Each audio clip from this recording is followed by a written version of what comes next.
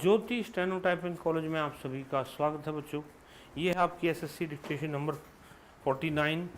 Website पे इसको लगा दिया गया है। पहले इसको अच्छे से लिखें, फिर इसको टाइप कर दें और अपनी एक्यूरेसी को जानें। जो गलतियाँ होती हैं उनको एनालाइज करें और जो है आउटलाइन जो नहीं आती है, नहीं मिलती है, उसका अभ्यास करें। Dictation start after 5 second.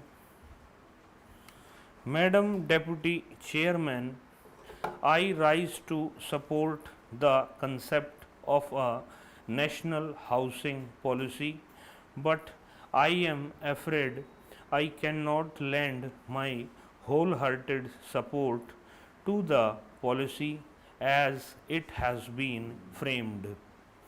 Madam Deputy Chairman, housing is an issue which should not be looked upon from a partisan angle, and I want to make it very clear right in the beginning.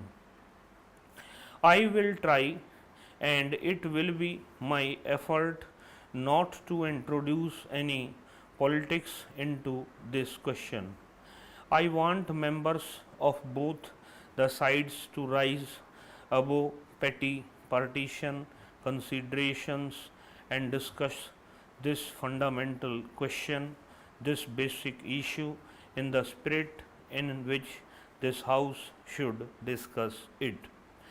Having said this, Madam, I would like to state in the beginning that I am extremely disappointed by the manner in which this document has been drafted and presented to the House. I must confess to this disappointment truly and genuinely. This is an effort on the part of the government to evolve a national housing policy, and it is not a shelter policy. There is a wide difference between shelter and housing, and this is something which has to be clearly understood. Housing constitutes a physical matrix in which human interaction occurs. The houses that people live in touch upon almost every fact of their life and of the society as a whole. Housing Housing, therefore, is not only a social or an economic issue, but it is also a major sociological factor which determines the kind of society that we want to build up and the quality of life of the people who live in that society, who are members of that society.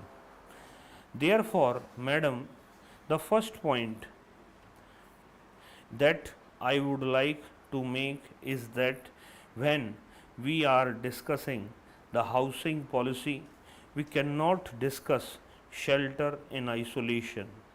The housing policy must include within its ambit and overall economic policy of the government.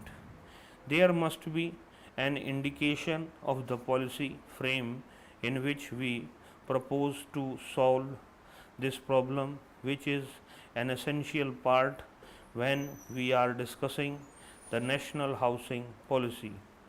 This is the first deficiency which I noticed in this document. It does not deal with the policy frame, the economic policy frame in which we propose to tackle this problem. We are talking of slums, and we are talking of the pressure on housing or the lack of it in the urban areas. Now, can we talk about it without discussing the shift of population from the rural to the urban areas? Can we talk about it without discussing the kind of economic progress in which we are entering? I am sure that the Honorable Minister is aware of this position, that the Honorable members of this House are aware of this position, that in the last few years there has been a tremendous growth in the service sector of our economy. And what has been the result of that?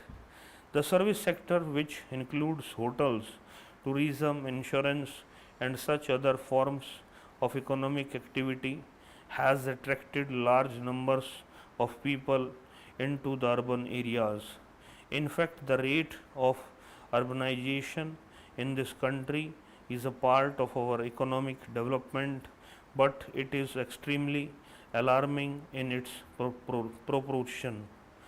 If this is going to be the kind of influx into our cities from the rural areas, then it is very clear that in the urban areas the entire structure is going to collapse under the weight of this influx, and unless therefore we have a policy frame which reduces the drift from the rural areas into the urban areas, talking about housing either in the rural areas or in the urban areas does not have any meaning. As a result of that pull, a lot of people are coming into the cities, and on the other hand, there is a push effect in the rural areas because agriculture is lagging behind, and unemployment is increasing in the villages, and the people are bound to move into the cities. Therefore, madam, the first question which I would like to ask the minister is in what manner this policy envisaged to curb this trend of movement of the rural people into the urban areas, because providing amenities to the urban areas, it is well known, if far more expensive than giving the amenities and the facilities in the rural areas. So, this is my first point. The second is that the policy does not define, Madam Deputy Chairman, the size of the problem either as it exists today or the size of the problem as it is going to be in the future. The minister has just now claimed by mentioning various figures, achievements which the government has made, but I would like to say that so far in the last 40 years the government is merely tinkering with the problem. We have only touched the margin of it. We have never cared to get to the core of the problem. This policy document, if it is implemented, will only be marginally touching the problem.